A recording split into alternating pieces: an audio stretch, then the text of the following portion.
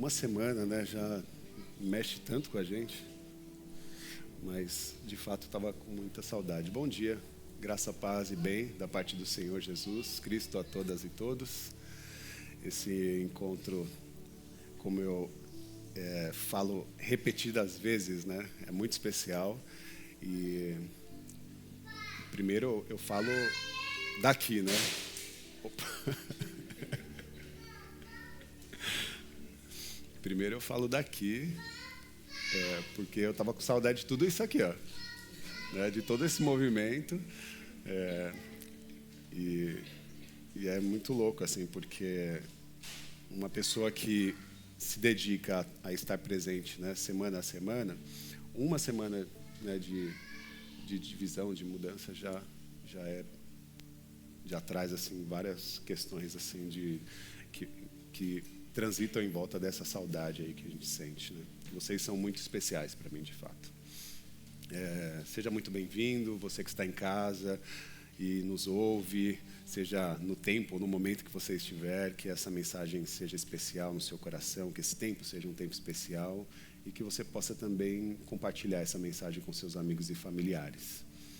Todos aqui presentes, eu tenho pensado nos últimos dias muito a respeito dessa esfera da relação que nós estamos construindo com Deus, a esfera também do amor e como esse amor de Deus nos influencia, e também falar a respeito do prazer que é, né, viver essa disposição de relacionamento com Deus, envoltos desse amor que Ele entrega para cada um de nós, que é extraordinário, é grandioso, né? E toca locais que nenhuma outra experiência pode acessar, né? Só Deus mesmo pode acessar alguns lugares em nós, e nós falamos a respeito disso como algo inexplicável, né?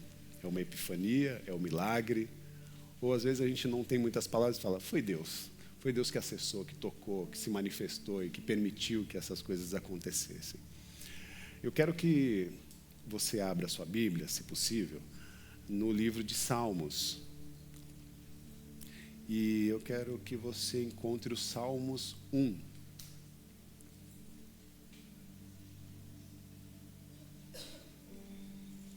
Salmos 1. Nós vamos ler os 3 primeiros versículos.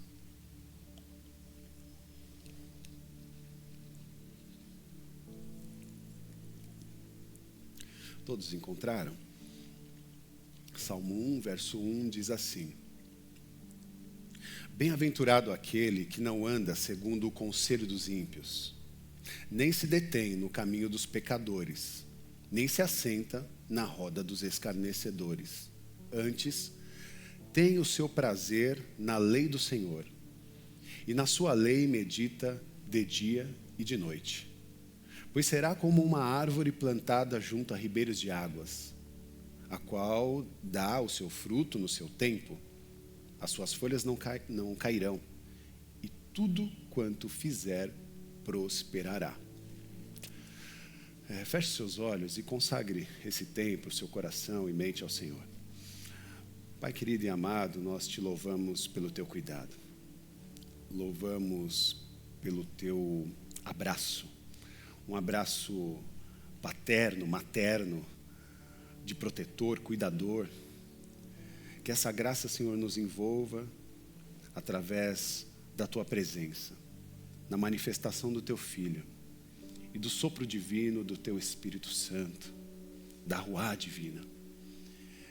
Envolvidos por essa graça, nós queremos aprender contigo. Usa as nossas vidas para que nós possamos sair diferente de como entramos. Precisamos de ti. E sobre esses ensinamentos inspirados, queremos levar essa graça do conhecer a Deus e se relacionar com Ele aos ambientes em que nós transitaremos.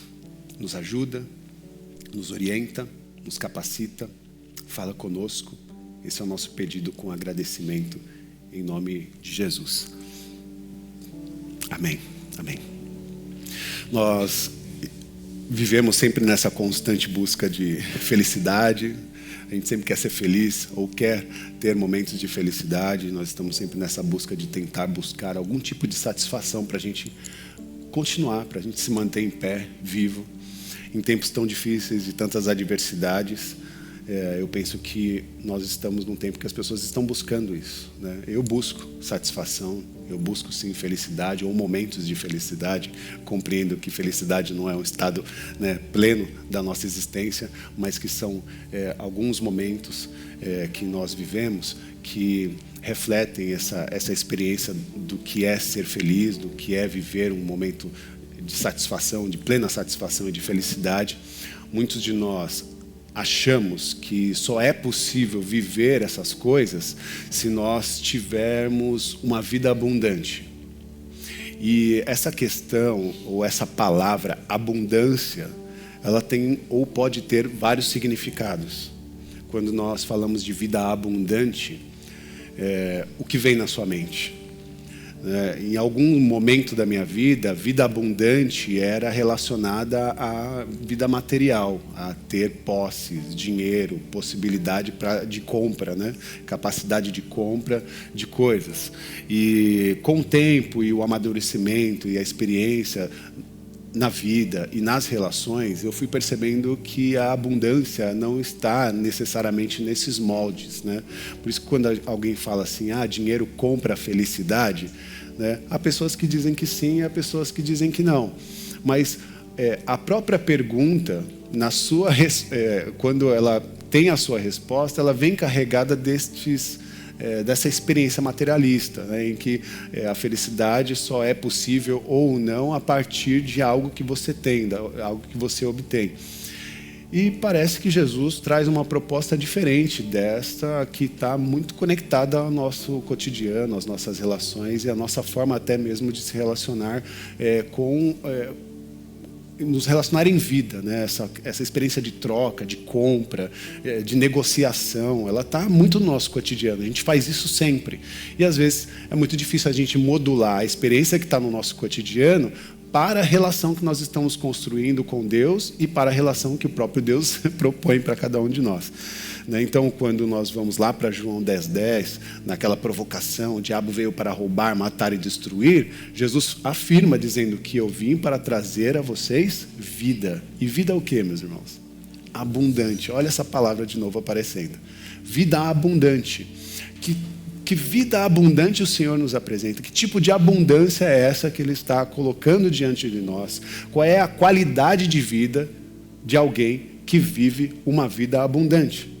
Quais são as características de uma vida abundante? É nesse lugar que eu gostaria de refletir, pensando que, em primeiro lugar, a Bíblia ela não vai descrever que a felicidade, na verdade, ela não vai descrever como é a felicidade. A Bíblia não vai descrever o que é felicidade, mas ela vai descrever o que é uma pessoa feliz. Ou como vive uma pessoa feliz. Talvez você não encontre na Bíblia Sagrada o que é felicidade, mas você vai encontrar como se comporta uma pessoa feliz. E aí você sabe muito bem que quando nós lemos o texto bíblico, e alguns, eu sei que vocês usam versões diversas da Bíblia Sagrada, algumas Bíblias no Salmo 1 vai dizer bem-aventurado, e outras Bíblias vão dizer feliz é, né? Então, bem-aventurado aquele ou feliz é aquele. Estamos falando desse lugar. Como é uma pessoa feliz? Como vive uma pessoa bem-aventurada? Uma pessoa que recebeu essas bem-aventuranças de Deus. É nesse lugar que eu penso trazer a nossa reflexão, porque, olhando o texto, o salmista encontra uma fonte que eu considero a fonte correta do prazer. A fonte correta que lhe dá prazer no encontro com esta tal felicidade. Porque ele diz que tinha prazer na lei do Senhor. Prazer na lei do Senhor e ainda tinha uma ação em cima desse prazer. Ele meditava de dia e de noite. Lendo de maneira superficial, pode ser até muito corriqueiro a forma como o salmista se expressa, né? Aquele que tem, feliz é o homem que tem prazer na lei do Senhor, feliz é o homem aquele que, além de ter prazer no Senhor, medita, né, nessa lei de dia e de noite. Parece que uma prática ritualística, né, que ele se apresenta, mas não se trata disso, não é uma prática ritualística do cotidiano, não. O que o salmista está querendo dizer é muito mais além da compreensão simples desse versículo. Porque, primeiro, é importante a gente entender que quando ele fala da lei, essa lei também não é aquela lei que a gente costuma visualizar em primeiro momento. Quando ele fala da lei, ele está falando do mandamento do Senhor. E aí nós temos uma perspectiva histórica. As leis que foram entregues para Moisés, as leis que foram determinadas pelos profetas. Mas agora, diante dos discípulos, tem um Cristo Jesus dizendo que existe a maior das leis, ou o maior dos mandamentos. Um Jesus agora que se encontra com seus discípulos e faz uma síntese dos mandamentos de Moisés, a síntese dos mandamentos dos profetas. Ele diz para os seus discípulos, lá em Lucas, no capítulo 10, no versículo 27, duas máximas importantes para a nossa compreensão. O primeiro e maior mandamento, em Lucas 10, diz que Jesus diz para os discípulos: ame o Senhor seu Deus de todo o seu coração e de toda a sua alma e de todo o seu entendimento. Aqui é uma perspectiva de forma de relação com Deus. E uma perspectiva desafiadora. Amar a Deus com todo o seu coração, com toda a sua alma, com todo o seu entendimento. E às vezes a gente deixa passar. Porque há pessoas que se relacionam com Deus com a ideia de todo o seu coração e toda a sua alma, com um certo furor, influenciado pela sua própria humanidade. Mas amar a Deus com todo o seu coração e a sua alma é se entregar e se permitir ser influenciado por aquele amor. Em absoluto. Sem a interferência do que a gente entende a respeito do que é amor. Porque há muitas formas de amor. E talvez a forma que você conheça de amor seja uma forma de amor violenta, que agride, que aprisiona pessoas. Você já viu como funciona o amor eros? Eu te quero. Mais do que te quero, te possuo. E você agora é meu, você é minha. O amor eros leva para esse lugar perigoso, onde nasce também as suas opressões. Não só o amor erótico, né, de eros, mas o amor que também é possessivo. Perigoso para as relações. E às vezes a gente modula o amor dentro dessa experiência e quer fazer com que Deus se relacione sobre esses moldes. Então, qual é o amor que eu estou influenciado quando eu olho para Cristo? E como eu tenho tratado essa relação com Ele? Quero moldar um Deus a partir do que eu entendo a respeito do amor, eu quero fazer com que o amor de Deus seja influenciado e desmonte toda a ideia que nós tínhamos até então a respeito do amor. Ame o Senhor, o seu Deus, de todo o seu coração, de toda a sua alma e, por favor, de todo o seu entendimento. Essa capacidade de poder raciocinar a respeito daquilo que o Senhor está nos entregando. Não é um amor iludido. Não é um amor que chega e é tomado só pelas paixões. Mas é um amor também que cabe no campo da racionalidade. A gente está tentando entender como esses relacionamentos, ou como esse relacionamento com Deus se desenvolve e como ele nos influencia para impactar o próximo ponto, o segundo mandamento. Então, se o primeiro e maior mandamento de Lucas 10, 27 diz que nós devemos amar a Deus com todo o nosso coração, com toda a nossa alma e com todo o nosso entendimento, o segundo momento, ou o segundo mandamento, é fazer com que essa relação se manifeste na vida do próximo. ame o seu próximo como a si mesmo. Consegue compreender a lógica, né? Daria até para criar uma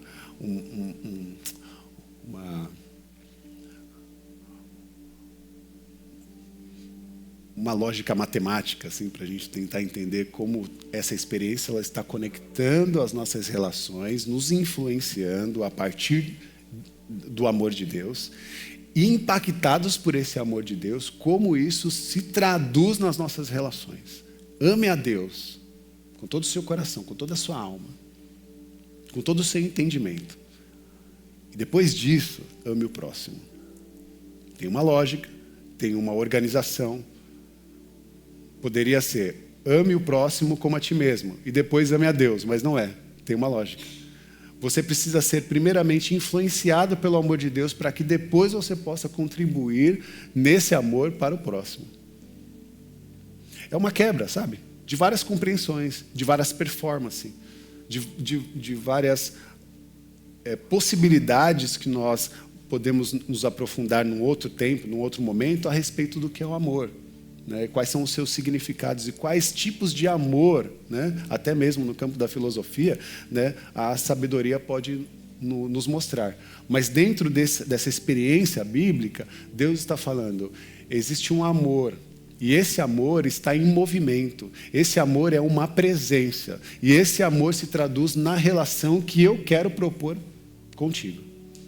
Então, nessa relação, nós somos transformados a partir desse movimento de amor e impactados por esse amor, transformamos as pessoas à nossa volta.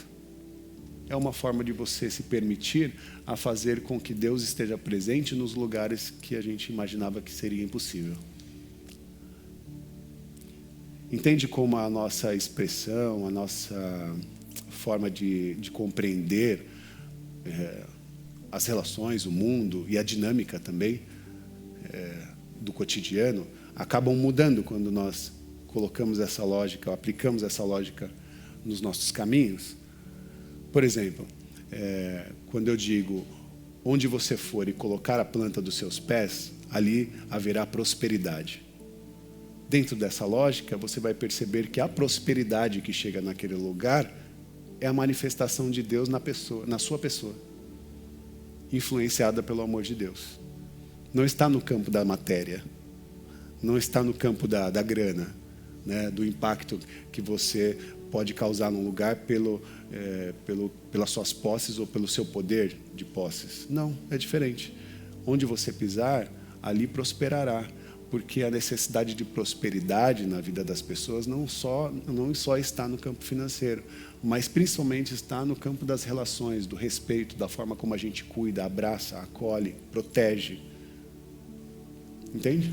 Então, são essas duas máximas, né, do versículo 27 do capítulo 10 de Lucas, que mostra para nós o amor intenso de Deus para com as nossas vidas, que pode também ser traduzido como um amor intenso para o próximo, principalmente se nós estivermos na condição do próximo, né?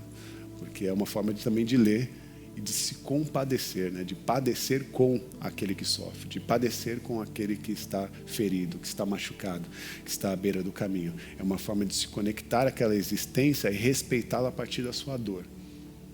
Compreendendo a sua dor, nós também nos sensibilizamos a poder ajudar.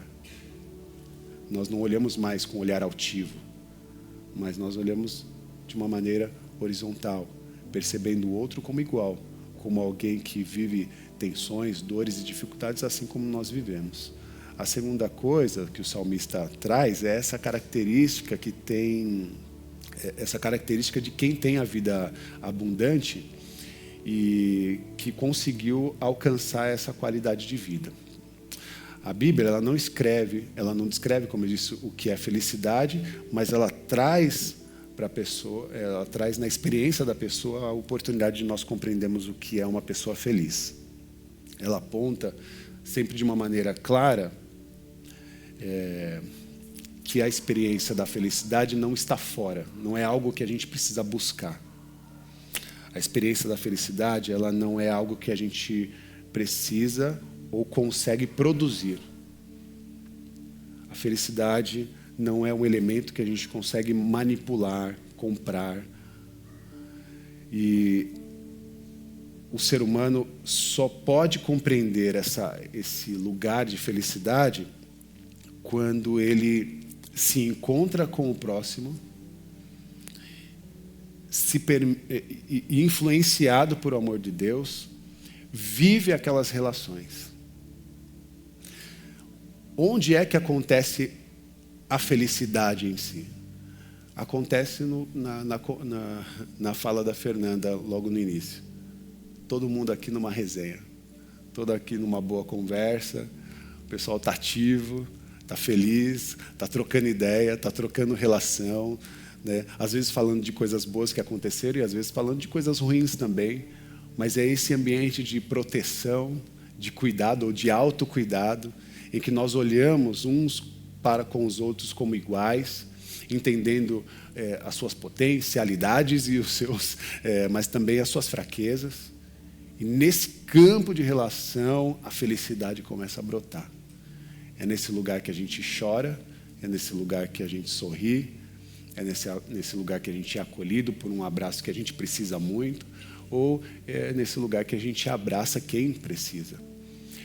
Esse é o lugar, ou esse é o ambiente que nós estamos propondo como comunidade, como igreja, para experimentar a felicidade do Senhor. Feliz é aquele, bem-aventurados são aqueles. É nesse lugar que nós compreendemos que a felicidade do Senhor pode acontecer. É óbvio que ela não se reduz somente a esse lugar específico e físico, mas aqui nós treinamos essa oportunidade, essa possibilidade, né? Aqui as relações elas vão se intensificando, por isso a importância de viver em comunidade. É nesse lugar também que nós somos curados, tratados e potencializados à experiência do dar frutos. Dar frutos. A Bíblia Sagrada diz que nós somos como árvores, né, plantadas perto de ribeiros de águas correntes, né, águas que fluem. E é interessante pensar, né, como é uma árvore plantada junto ao ribeiro de águas correntes. Provavelmente uma árvore saudável, e que vive o tempo de maneira muito bem regulada e organizada na sua naturalidade. E essa questão de tempo é muito complexa, né? Porque a gente já nem tem mais compreensão de como funciona o tempo de todas as coisas. Como é que funciona a forma de crescer, de florescer e de produzir ou de dar frutos. A gente vai para o mercado e sempre tem morango, né? A gente acha fácil morango. Mas morango não é uma fruta fácil, não dá em toda a época, né? É difícil de encontrar, mas tem lugares que você encontra em todo tempo, em todo momento. Assim como o arroz. O arroz a gente compra todo dia, né? Tem fácil acesso. E por ter fácil acesso, a gente não lembra que para a produção exige tempo. Exige o processo, né? Do florescer, do produzir, de dar o fruto. A gente perde essa perspectiva dos processos e Jesus usa muito essa questão dos processos em nossas vidas. E a gente, às vezes, acaba não conseguindo mais ter sensibilidade da forma como ele regulou, orientou o ensino a respeito do tempo de todas as coisas, porque a gente tem acesso às coisas de maneira muito fácil. Então, é importante entender que nós estamos nesse lugar em que nós daremos frutos, mas no tempo certo. Hoje, por exemplo, talvez você não tenha dado o fruto que você gostaria. Talvez você não esteja no lugar que você gostaria de ser uma potência, liberando frutos para todos e todas. Mas é necessário você se respeitar, porque ninguém dá fruto o tempo todo. Se alguém está dando fruto o tempo todo, algo está desregulado. Alguma coisa foi manipulada, que está distante da sua própria natureza.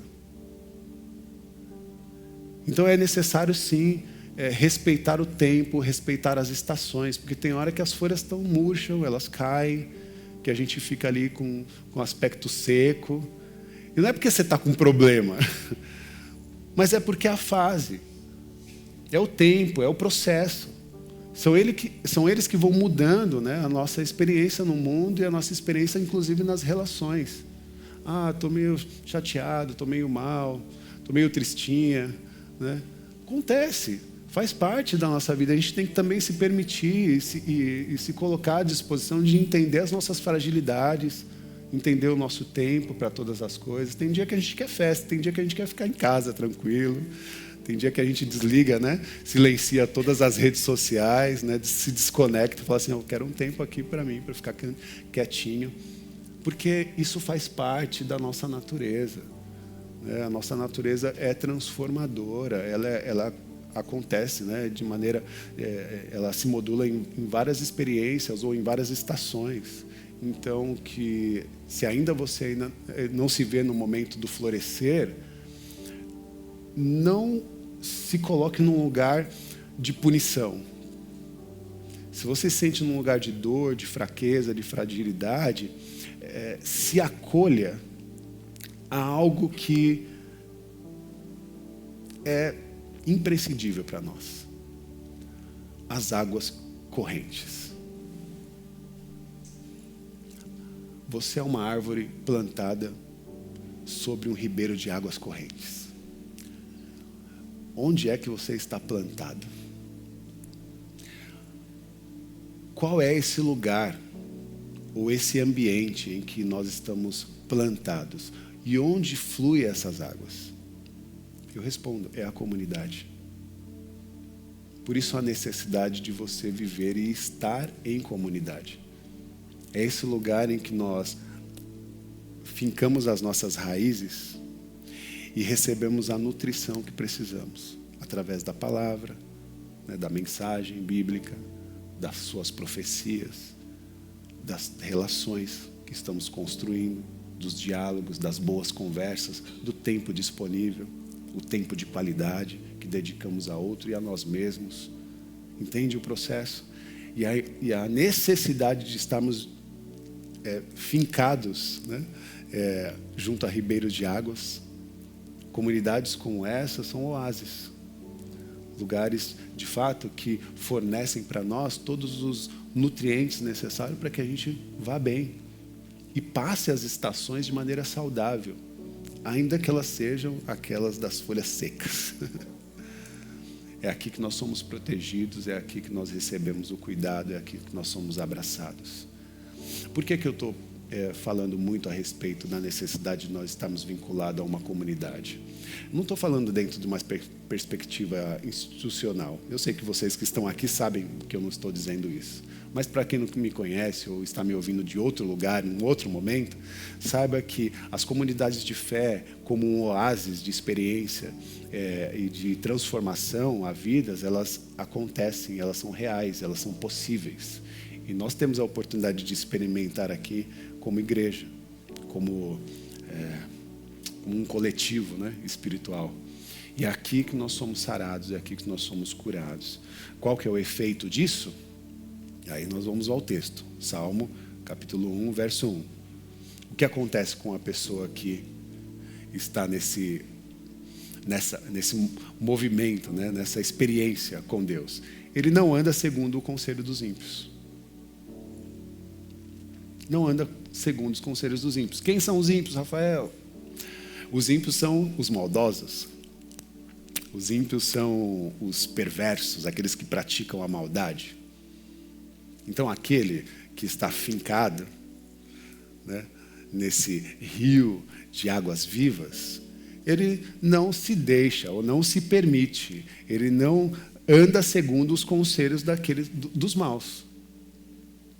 Ou seja, quando a conversa começa a ficar desagradável e você sente que é o melhor, que nem gostaria de estar ali, ou se você deseja até se retirar, siga as suas intuições. Porque tem lugar que é desagradável mesmo, que a conversa não bate com a espiritualidade que nós estamos recebendo do nosso Deus.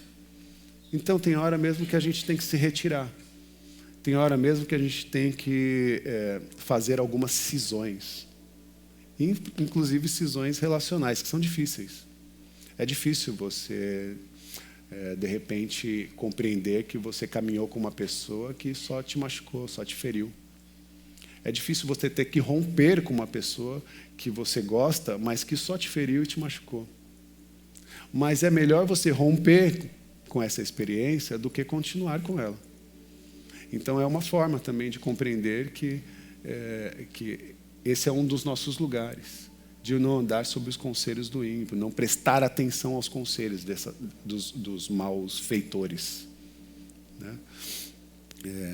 Quando a gente não vê sabedoria no lugar onde nós estamos, nós nos afastamos. Quando a gente não vê sentido no jeito em que as pessoas caminham, ou no jeito que o mundo caminha, nós nos afastamos. Para que nós não sejamos influenciados por pessoas trapaceiras, pessoas que vivem relações sem pudor, pessoas que vivem relações rasteiras, entende? Que está sempre preocupada em sugar alguma coisa da nossa existência, atropelando a nossa existência de forma desrespeitosa. Numa sociedade de consumo, corpos consomem corpos. E nós não vamos nos permitir a ser um corpo consumido por esses malfeitores. Entende? É nesse lugar. Então, se não vê sentido certos movimentos ou certas relações, é importante que a gente reflita e se afaste. Outra reflexão no mesmo versículo. Não se detém no caminho dos pecadores. Não considera a possibilidade de estar com eles.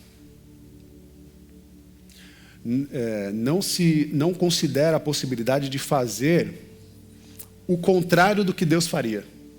Entende? Não considera.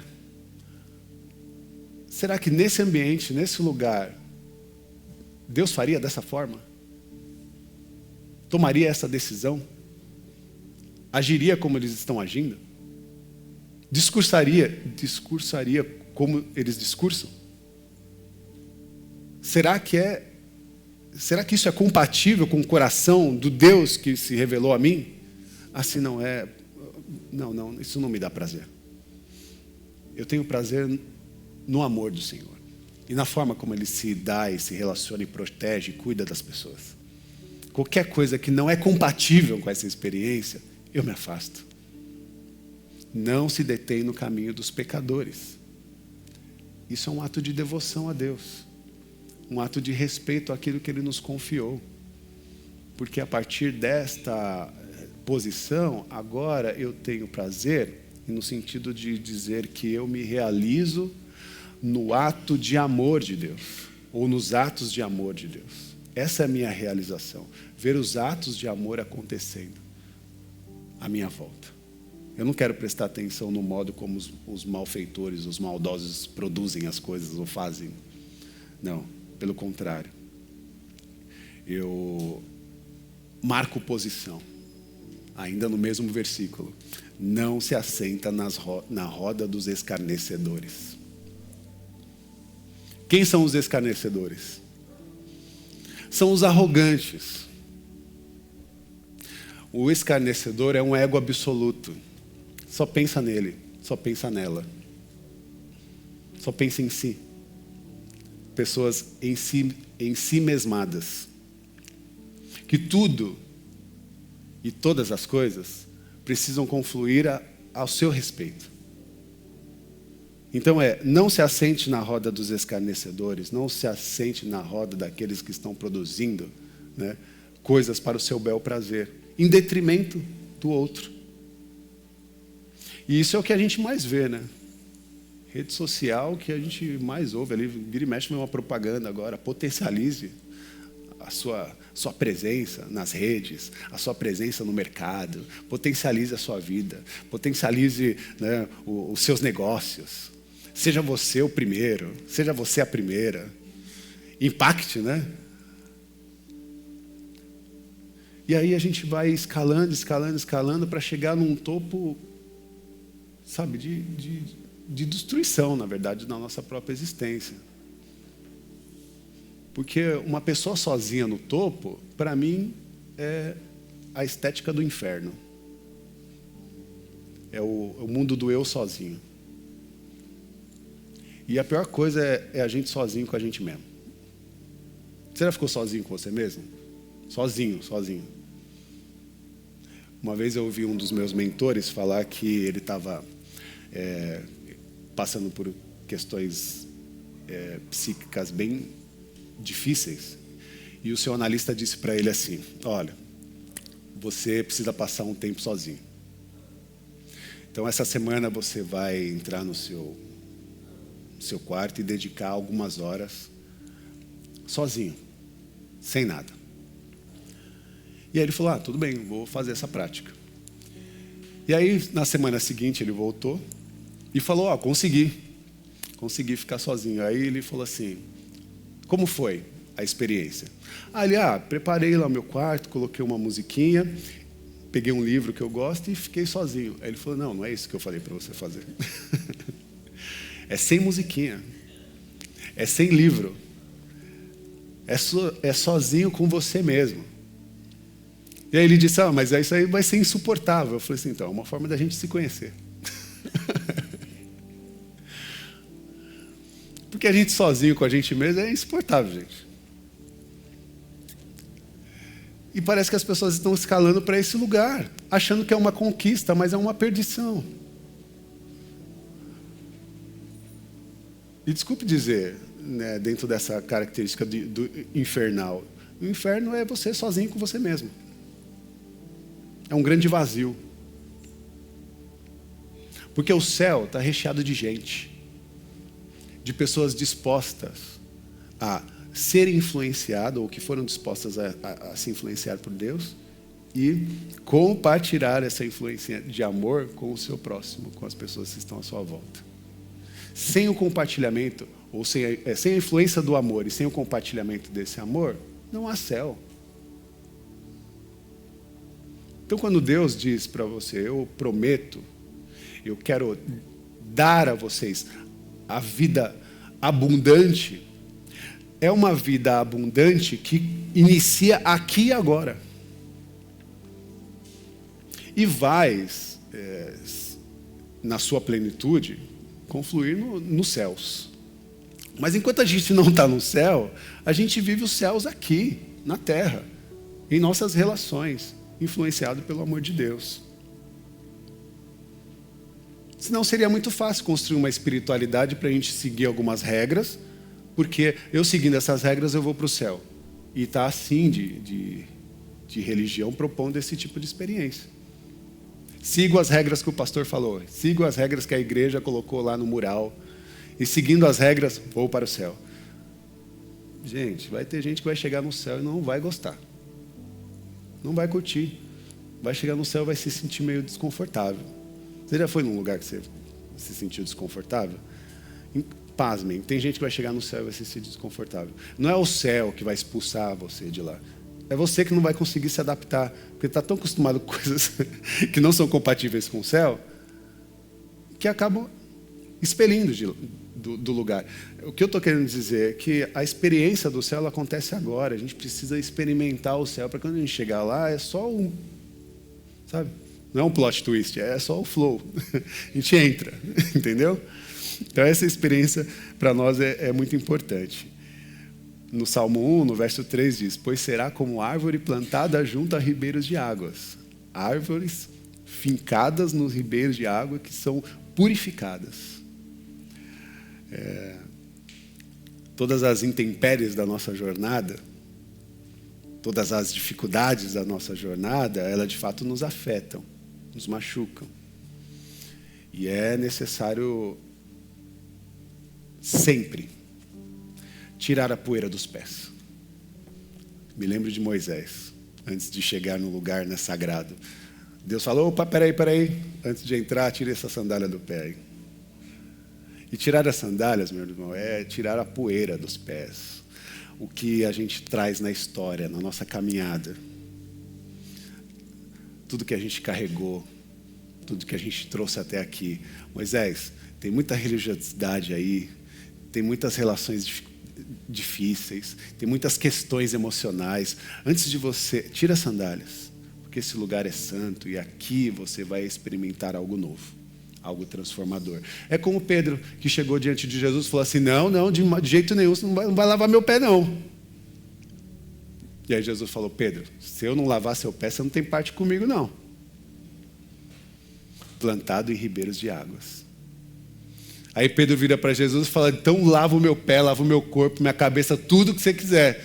Aí Jesus fala, calma, não é tudo isso.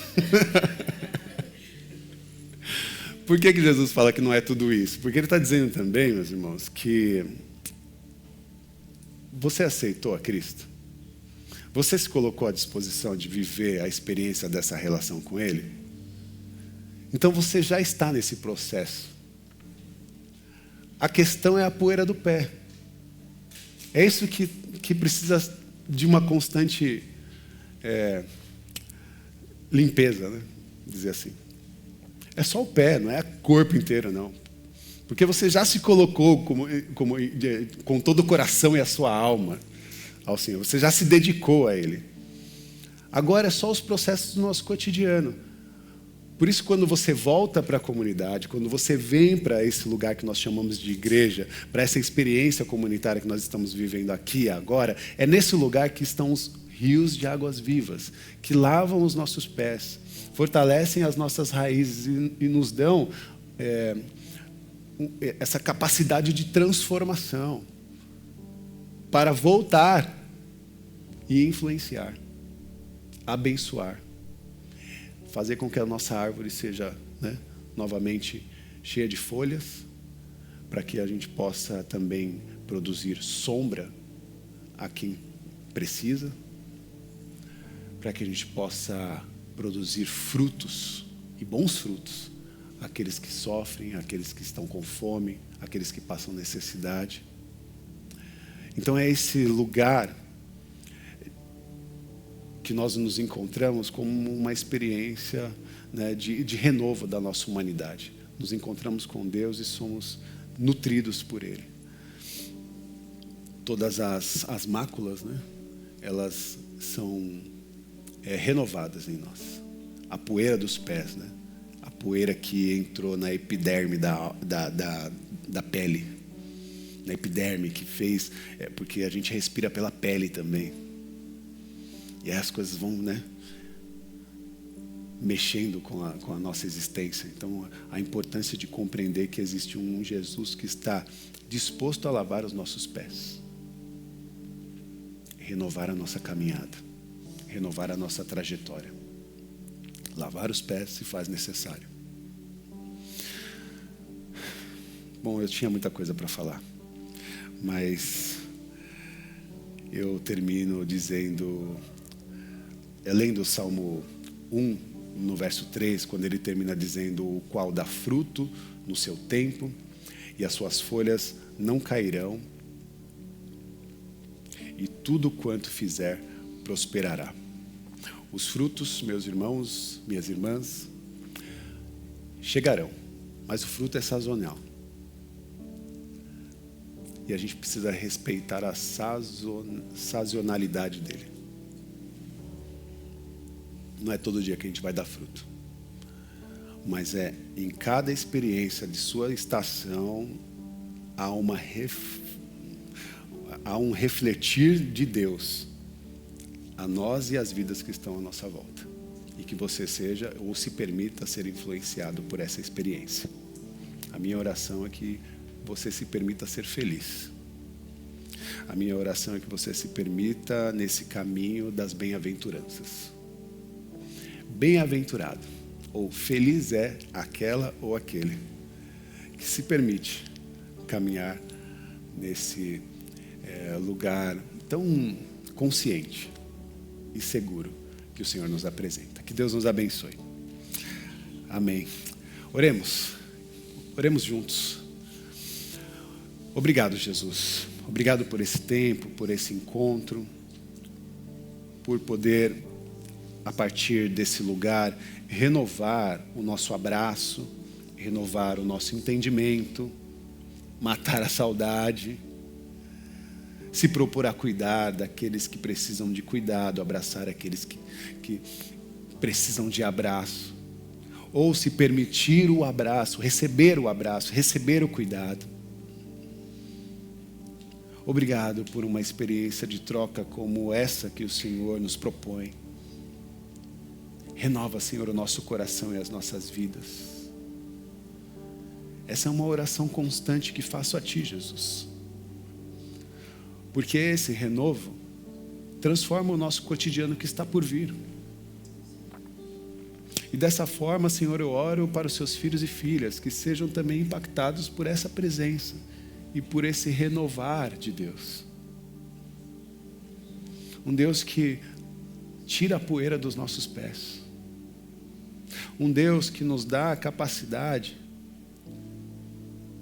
e inteligência no discernir aquilo que é mal, aquilo que é ruim, aquilo que não produz vida, como algo que precisa ser afastado. E hoje nós nos propomos a romper com todos os malfeitores, romper com toda a negatividade da existência, romper com todos os acordos feitos com aqueles que estão desejando fortalecer o seu prazer, que querem escalar a existência sobre os ombros dos que sofrem. Ah, Jesus, nos ajuda. Lança-te, Senhor, ao nosso coração e nos ama, para que, como resposta, possamos amar o Senhor de maneira pura, sem interferências. Como nós queremos ser influenciados pelo Seu amor para devolver o amor que lhe é devido. Ajuda-nos e cuida de nós. Renova-nos, Senhor, mais uma vez. Renova-nos, Senhor, e propõe novos caminhos. Eu te louvo e posso compreender que o Senhor, dia a dia, vem fazendo novas todas as coisas. Amém. Que o amor de Deus, que a graça do Senhor Jesus Cristo e que a manifestação do Consolador, o Espírito Santo, esteja sobre a vida de todas e todos. Saiam daqui com esse coração puro, renovado, com olhares sensíveis ao que está à nossa volta, especialmente ao espelho, influenciados pelo amor de Deus. Seguimos o caminho da graça, do acolhimento, do cuidado, do respeito, em todas as esferas das nossas relações. Permaneça conosco, Jesus, e nos inspira nessa relação. Que Deus nos abençoe. Amém. Amém.